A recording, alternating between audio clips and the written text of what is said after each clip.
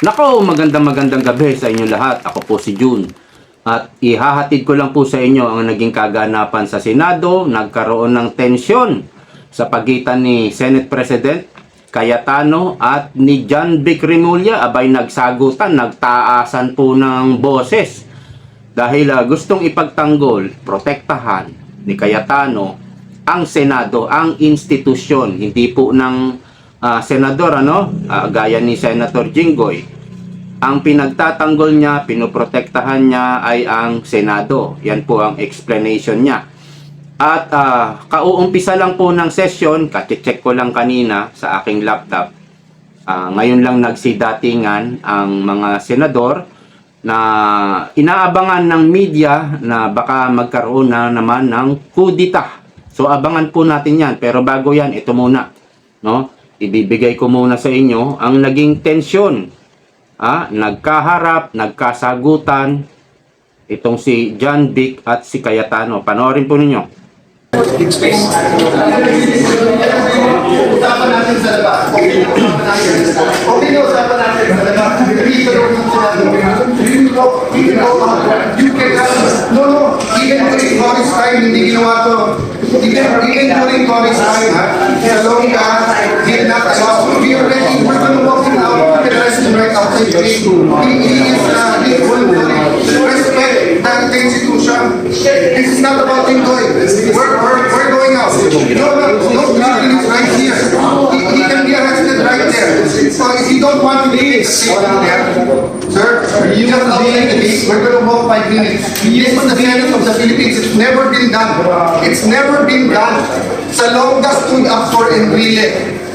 Ang kalaban si Cory. Ang kaso, rebellion. Anong ginawa? They walked out. We're just asking you to walk out, but let's walk. Let's walk. Come here.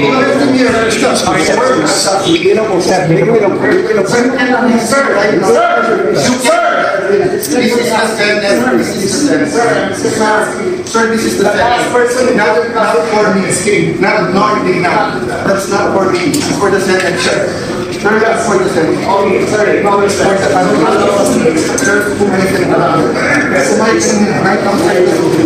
right outside the bar. Right outside the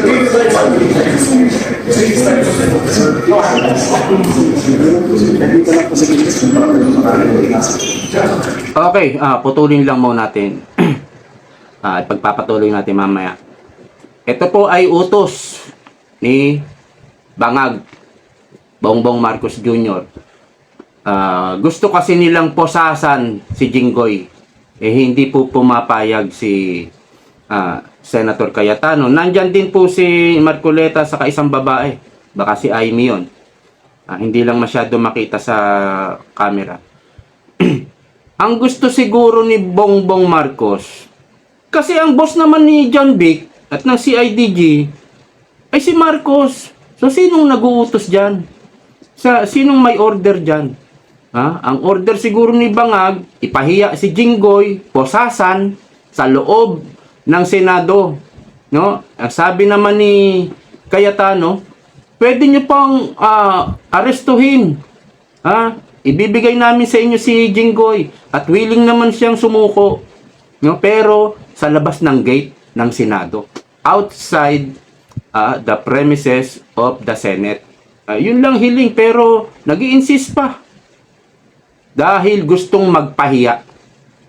Dahil nga, tinatakot nila yung iba pang mga senador na ganito ang mangyayari sa inyo kapag hindi kayo lumipat sa minority.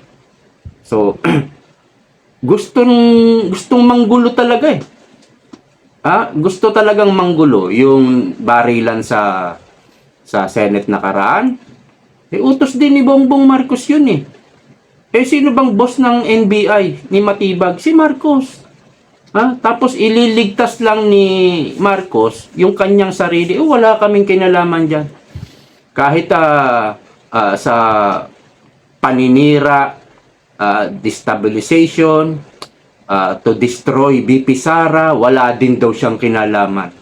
Si Sara na mismo nagsabi nitong pangalawang impeachment na ito'y nasa likod nito ay si Bongbong Marcos. Tinukoy na ni VP Sara, si Bongbong Marcos ang nasa likod nito.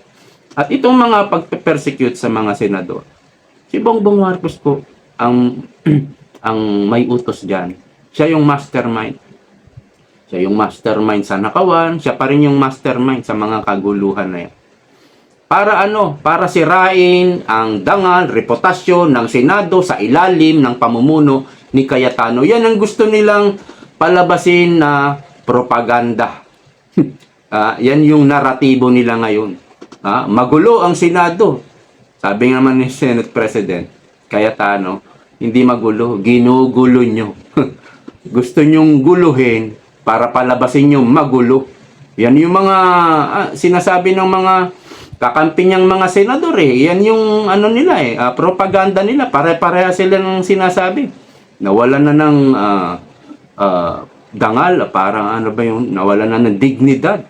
Ganyan yung naratibo nila, pare-pareha sila. So yan yung propaganda nila.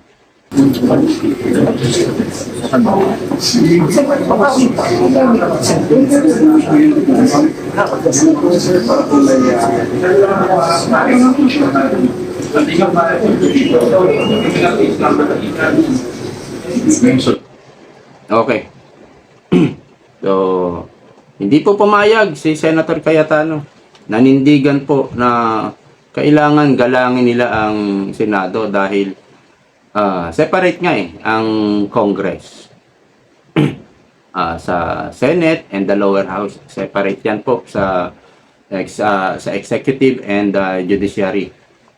Kaya itong mga balak gawin ng CIDG, ng DILG, gustong posasan pa, pwede naman sa labas, di ba? Never pa raw nangyari ito sa kasaysayan. Kaya itong mga first time, ang dami pong first time na nangyari sa ilalim ni Bongbong Marcos. Ano kasi, subtly. At maraming first time na ginawa yung pagbe-bend ng law. Binend talaga yung law. Maraming first time po dito sa panahon ni Marcos na ngayon lang nangyari sa kasaysayan. At yung mga pagbagsak ng ekonomiya, eto nga po, kung nandito, no? Pakita po natin. Kung nandito, ito, nandito nga. Utang ng Pilipinas.